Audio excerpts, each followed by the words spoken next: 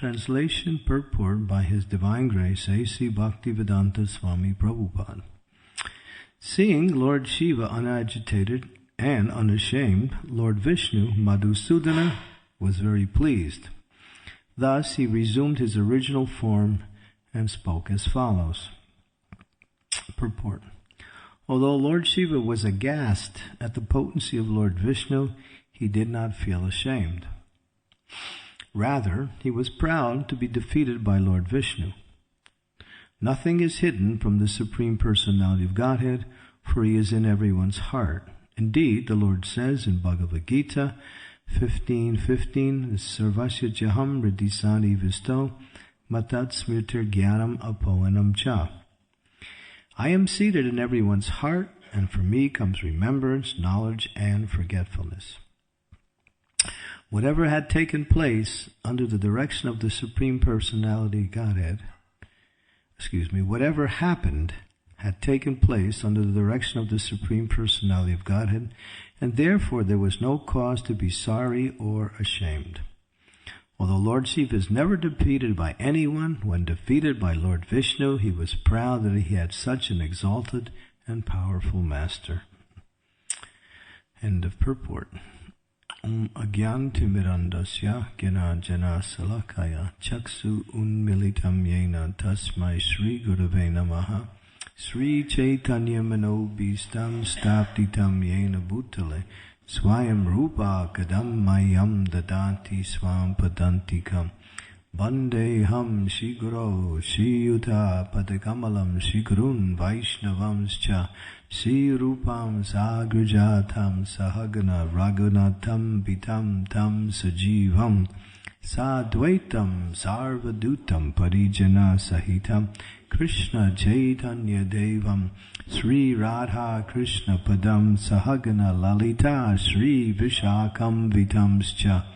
Hey Krishna Karuna Sindhu Dina Bandhu Jagatpate Gopesha Gopika Kanta Radha Kanta Namostute Tapta Kanchana Gaurangi Radhe Vrindavaneshwari Vrishabhanu Suti Devi Pranamami Hari Priye Vancha Kalpa Taruvascha Kripa Sindhu Vaibhacha Patitanam Bhavanebhyo Vaishnavebhyo Namaho Namaha Sri Krishna Chaitanya Prabhu Nityananda Sri Advaita Gadadhar Sivasadi Gauda Bhaktivinoda Hare Krishna Krishna Krishna Hare Hare Hare Ram Ram Ram Hare Hare.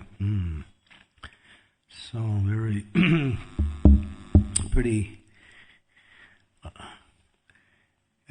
what we might say, unique section of the Bhagavatam. Very unique in the sense that we're seeing something that usually doesn't happen. Lord Shiva, who is a very powerful controller. He's one of the Mahajans. He's also in the position of a demigod. He's also an aspect of the personality of Godhead. And he's also known as Vaishnavanam Yata Shambhu, the best of all Vaishnavas. It's a powerful personality. And he has his own Sampradaya also, the Rudra Sampradaya. Here it's mentioning how he was, well, we might say the word was defeated or bewildered by the Supreme Personality of Godhead, Sri Krishna himself. He, Lord Shiva, wanted to see a particular form of the Lord. And the Lord granted his request. Of course, the Lord at first discouraged him, saying, you don't really want to see this form. But Shiva was so interested that what had bewildered both the devas and the demigods in the most amazing way, the beautiful form of a woman who was actually Krishna himself, Mohini Murti. So Shiva, hearing about the activities or that particular incident, wanted to get a little darshan. But his darshan proved to be something different than what he expected. He was completely overwhelmed by the beauty of the Lord and lost all his senses. Now that doesn't happen to Lord Shiva, because they say the living entities have 78% of the qualities of the Supreme Personality of Godhead. We are Jiva, and therefore we are part and parcel of the Supreme Lord, but our part and parcel is not quantitatively. It's qualitatively, but in a minute form of quality.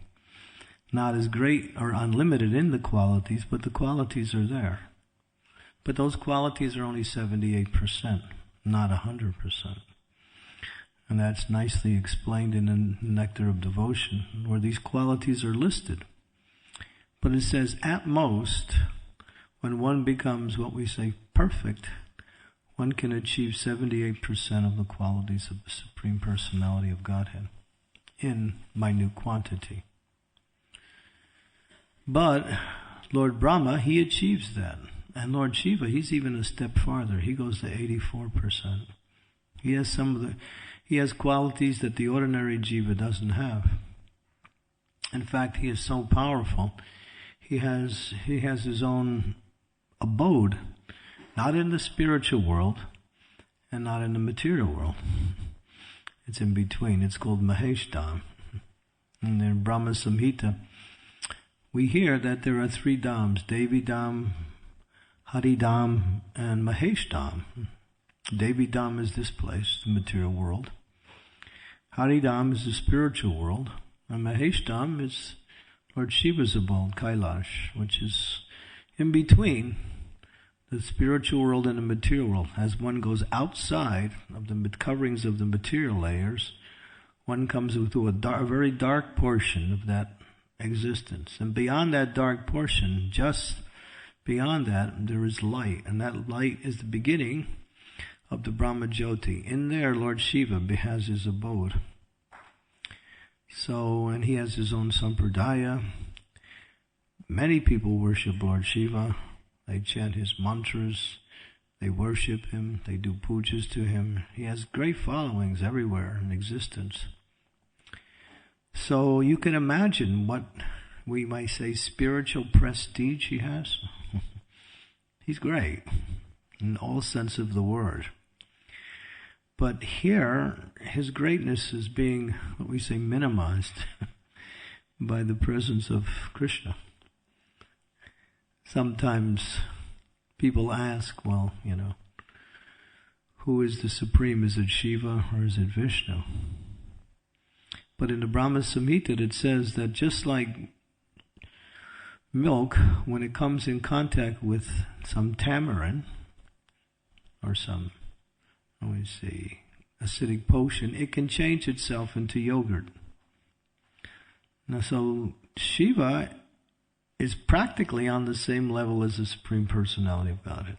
Such a great personality, but not the same. Not the same.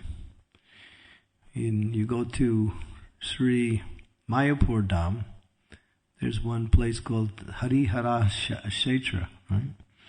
And there's a deity of Lord Shiva and Lord Vishnu into one.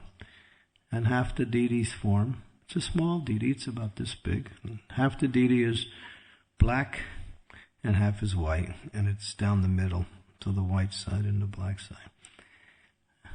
So the white side, of course, is Shiva, and the black side is the Lord, or Vishnu. So how close he is to the Supreme Personality of Godhead.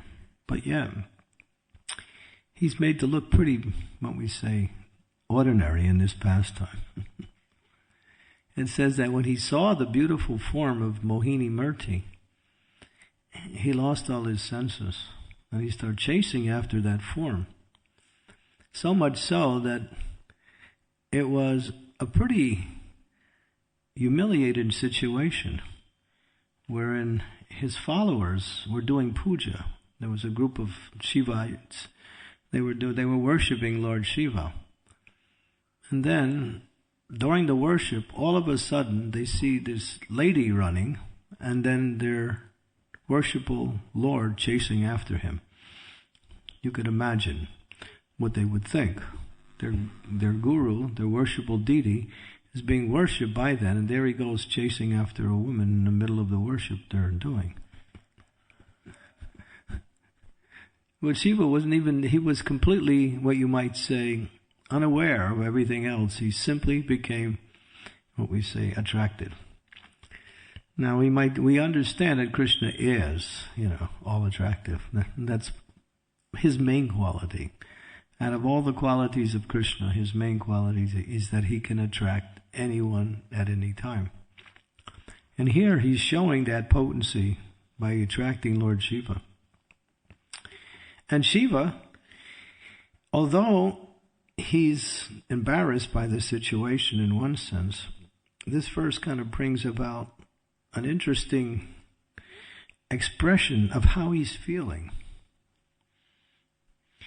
When one's defeated, there's a sense of, what we say, unhappiness or sense of shame that comes by being defeated. And we see that in many cases. When fighters fight on the battlefield, sometimes they're defeated. There's a sense of shame that has come, especially if one is defeated by someone who is either equal or lesser. Then the shame is even much, much greater. But Shiva's not only unashamed, he's pleased. He's pleased to be defeated because he knows that it's his worshipful Lord Vishnu. And therefore Prabhupada said, there's nothing to be sorry or ashamed about. Lord Shiva is never defeated by anyone, but he's defeated by Lord Vishnu. Or, we might say, Krishna, in the form manifested as Lord Vishnu. What is our position in this material world? There is a potency called Maya, and she's very powerful. Krishna wanted to demonstrate how powerful Maya is by using himself as an example of bewilderment. When in Sri Vrindavan Dham, when Krishna was performing his pastimes with his cowherd boys, they would play, and they would do all kinds of games, and they would play so much that they would forget about eating, forget about everything else. Now Kamsa, knowing that the Supreme Personality of Godhead had been born, and had heard from others that he was staying in Vrindavan, was sending demons one after another to Sri Vrindavan. So he sent this one very mystical and powerful demon known as Aghasura, who took the form of a snake. And he wanted to attract Krishna and the cowherd boys into his mouth so he could kill Krishna. So, lying down on the path near where the boys and Krishna were playing, he opened his mouth very wide and said his mouth was 1 mile high. Huge demon. And the boys, at one point, during their play, they looked and they saw this big, powerful, what they thought at first was a cave. And then they realized, no, it's actually a demon. And they thought, well, let's go play inside his mouth. Looks like a cave. We usually play in caves anyway. But some were saying, no. But others were saying, that's all right. Krishna will save us. Don't worry. So, unbeknownst to Krishna, at least it appears to be, as it says in the pastime, they slipped away and ran into the mouth of this demon. And then Krishna, realizing his friends had gone, turned around and saw this whole scene. And then it said Krishna became bewildered. The Acharya is right that why did Krishna somehow or other become bewildered, or apparently bewildered? He does these things sometimes just to teach that the power of Maya. Prabhupada used to tell us, he would say this a few times, not just once, the problem with you Western disciples is you don't fear Maya enough. That's one of the things he would say to us. You don't have a healthy fear of Maya. A devotee by nature, or by devotee by consciousness, is fearless, because they know they're protected by the Supreme Personality of Godhead. Therefore, that sense of fearlessness manifests through one's bhakti. That knowing that Krishna is always there. And one of the qualifications for full surrender is knowing that Krishna is my only protector. Not just my protector, but my only protector. And Prabhupada used to say that. People would say, well, I have my wealth, I have my position, I'm surrounded by so many successful family members. I have youth, I have popularity, but these things cannot save. I was listening to a tape yesterday. Prabhupada was saying that some people say that if you have big muscles and you're very strong, then you can be a devotee. But if you're weak and, you're on the other end, it doesn't work. You got to be strong to be a devotee. But Prabhupada then took that principle and said, no matter who you are, you may have so many, big muscles and powerful and so much, but when time comes along, then that can't save you. In other words, nothing in the material world can save the conditioned soul except Krishna. He's called Mukunda, one who gives liberation. So that's the power of Maya is so strong that we're meant to be fearless because of Krishna's protection. But Prabhupada said a devotee should have a healthy fear of Maya. That if I play with Maya or not careful in the execution of my devotional service, then, what they say, Prabhupada said, it's like shaving with a razor. And he says the razor is very sharp, and if one is a little inattentive, I think we have that experience sometimes, right? You get a little careless, you start thinking about the wrong things while you're shaving, and then pretty soon you're back to reality again, in a way you don't really want to be brought back. So, therefore, the inattention that comes with dealing with something that could cause what we say difficulty is the process of bhakti, because Prabhupada said Maya is everywhere and Krishna is in one place. He's right in front of you. And if you keep Krishna in front, Maya is in the back. But if you look to the left and you look to the right and you go behind, and Maya is everywhere. There's that verse, that Krishna is there and Maya is everywhere else. So, therefore, a devotee knows that I should be very, very conscious in my execution of devotional service, because a little slip. We have the story of Ajamil, right? A good example. Ajamil was trained very nicely. The brahmacharis did the story of Ajamil for the Janmashtami festival this year. Did everybody see it? It was quite done quite good. Where's Ajamil? He's here.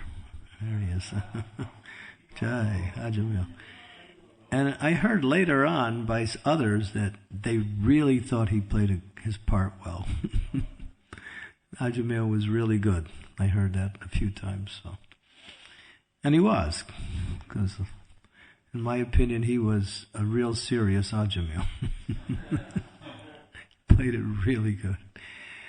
And we saw from that, and this is why this is placed in the Srimad Bhagavatam, for two reasons. One, to show the power of Krishna's holy name, and one, to show just how, a little inattention in spiritual life can cause one to be distracted. And even if one doesn't take up the process of material activities, still, when the mind gets distracted and disturbed, then one's Krishna consciousness is lost. And then to regain it again may be a great struggle. So, therefore, in that particular pastime we see such qualifications and such training, but Maya is there. So, Maya is very strong. So Shiva, he wasn't seeing Maya, he was seeing Yoga Maya. But it appeared to be something different than what it actually was. He completely lost his intelligence. And Krishna says in the Bhagavad Gita, what is that verse? Dayate visayam pumsam teshu sangat sanjayate kama krodha bijayate krodha bhavati samoham shriti brahma shriti brahmso buddhinasa panashiti. This is a very, what we say, important verse. 2 verses, 262 and 3 in the 2nd chapter of Gita, where it says, by contemplating the objects of the senses, lust develops. And from lust, anger, from anger, delusion, from delusion, bewilderment of memory. When memory is bewildered, intelligence is lost, and when intelligence is lost, panashati, one falls again down into the material consciousness, the material world. Sometimes devotees use the word bloop. When the soul falls into the material world, it makes the sound going bloop. Like that. So don't bloop. So one has to be very, what we say, conscious that, a little deviation in consciousness can cause one to be bewildered, and then one can, again, take up material activities and lose the opportunity for pure devotional service. So the process is very subtle. So we learn how powerful Maya is. Of course, this is Yoga Maya, but Yoga Maya and Mahamaya are the same energy. They're the same. It's one personality, Yoga Maya, who manifests herself for the non-devotees as Mahamaya. These are not 2 personalities, they're two energies of the same original energy of the Shakti energy of the Supreme Personality of Godhead that manifests to hide the Supreme Personality of Godhead and create the mood of Leela with the devotees, where the Lord can perform his pastimes with his loving devotees in a mood of friendship, parental affection, conjugal. In other words, the Lord performs his activities and he's covered as the Supreme Personality in order to increase his loving relationships with his devotees. And that's for the pleasure of the Supreme Personality of God. And he likes that very much. So in the mood of Vrindavan Dham, Krishna is not seen as God. He is seen as the beautiful boy of Vrindavan, who attracts the hearts of everyone. And even if they know he's God, they do, but they don't really want to think about it. They only see him in the loving way that they serve him, either as friends, or as parents, or as conjugal love. This is the love of the devotee for the Lord and the Lord's reciprocation. But in the material world, that same energy that creates loving pastimes with the Lord in different ways is manifested as Mahamaya. Prabhupada would use the example, you take electricity. Electricity is one energy, and you plug a refrigerator into that, you get cooling. And if you plug a heater into that socket, you get heating. It's the same energy. So depending on the receptacle, or depending on the consciousness of the receiver, the energy manifests either to reveal Krishna through his pastimes in a sweet and loving way, or to hide Krishna from the non-devotees and to create this idea that material sense gratification is happiness. That's the bewildering side of the Maya energy.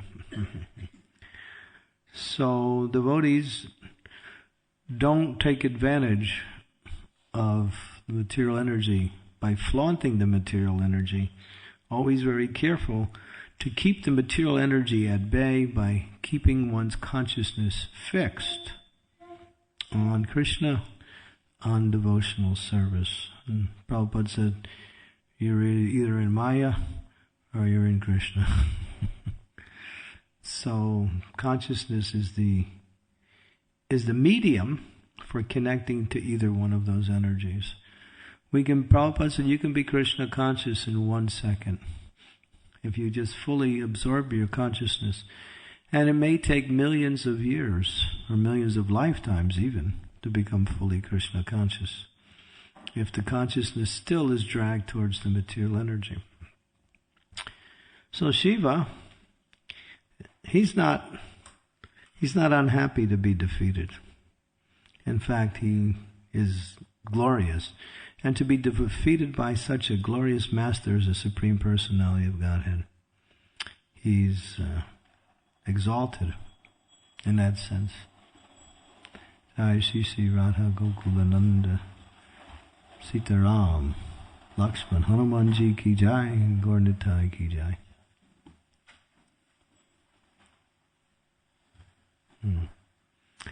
I remember I was talking about Mohini Murti one time in Chowpatty in Bombay, and somebody asked the question, can we establish Mohini Murti deities in our temple?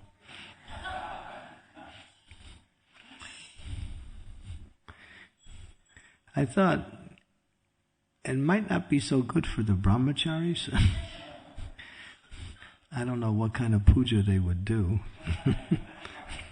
or how they would actually visualize this particular manifestation of Krishna. So I just referred his question to the GBC, so I didn't want to deal with it directly. So you get questions like that. So the material energy is powerful, and the most powerful form of the material energy is attracted to the beauty of the opposite sex. One loses all intelligence. Either one gets attracted and the men get attracted to the woman gets attracted to the man, and we forget about the real attraction or the source of that attraction, which is Krishna himself. And that attraction simply leads one to suffering. Yeah. Suffering. It's only suffering. There's no other way, because material energy cannot fulfill one's desires. It can only bewilder one, thinking that it can cause happiness. Therefore, we can learn from this example here by Lord Shiva that, Maya is very powerful. And therefore one has to focus. That's why Krishna comes in his beautiful transcendental forms, simply to attract our attention. Like that. We take darshan, but one of the things that darshan provides for us is a constant remembrance of that transcendental form throughout the day. By remembering Krishna in the morning in his beautiful form, he's dressed so beautifully with wonderful garland all the way down to his lotus feet, playing the flute. The pujaris, under the guidance of Krishna, dress him accordingly.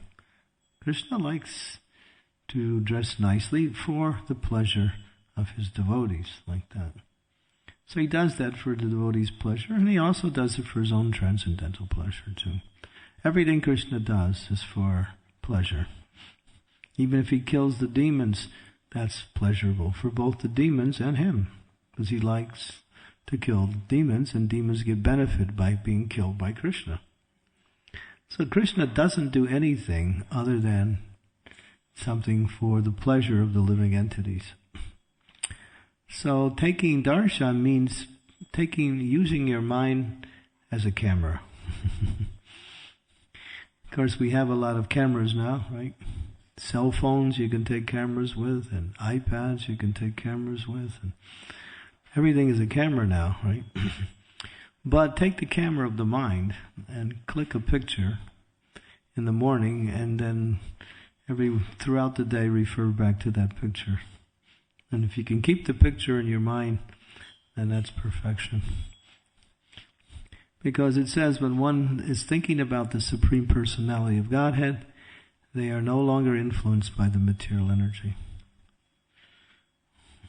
And Krishna comes in the form of his name and his beautiful transcendental form. And both are powerful or competent enough to absorb the consciousness of the Lord, of the living entity in the Lord, like that. So, wonderful pastime. We could speak so much about Lord Shiva and how he was so delighted to be, what we say, defeated by the Supreme Personality of Godhead. And you think about it, when someone is so powerful and so respected, and then they're apparently put in a shameful condition, they would feel less happy or even embarrassed, but Shiva was not. That's amazing when you think about it, how he was not even slightest embarrassed by the whole situation. In fact, he was proud. I have been defeated by my own worshipful Lord Krishna. He's not thinking, oh, what my followers are going to think about me, or, this is the first time this ever happened, or... He's happy. Because to be defeated by the Supreme Lord means to be victorious. We want to be defeated by Krishna because we're usually defeated by Maya. So you have to choose which one you want to be defeated by. Getting defeated by Maya means you lose. I mean, what do you lose? You lose the opportunity for eternal happiness and knowledge. And you're forced to, again, continue in this cycle of suffering in this material world. That's real defeat. And that's humiliating, and that's what we say something that should be avoided at all costs. But to be defeated by Krishna, one is victorious.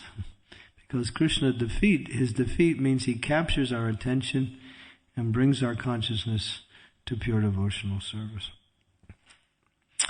So, Lord Shiva. Okay. Any questions? Yes, Hari Guru.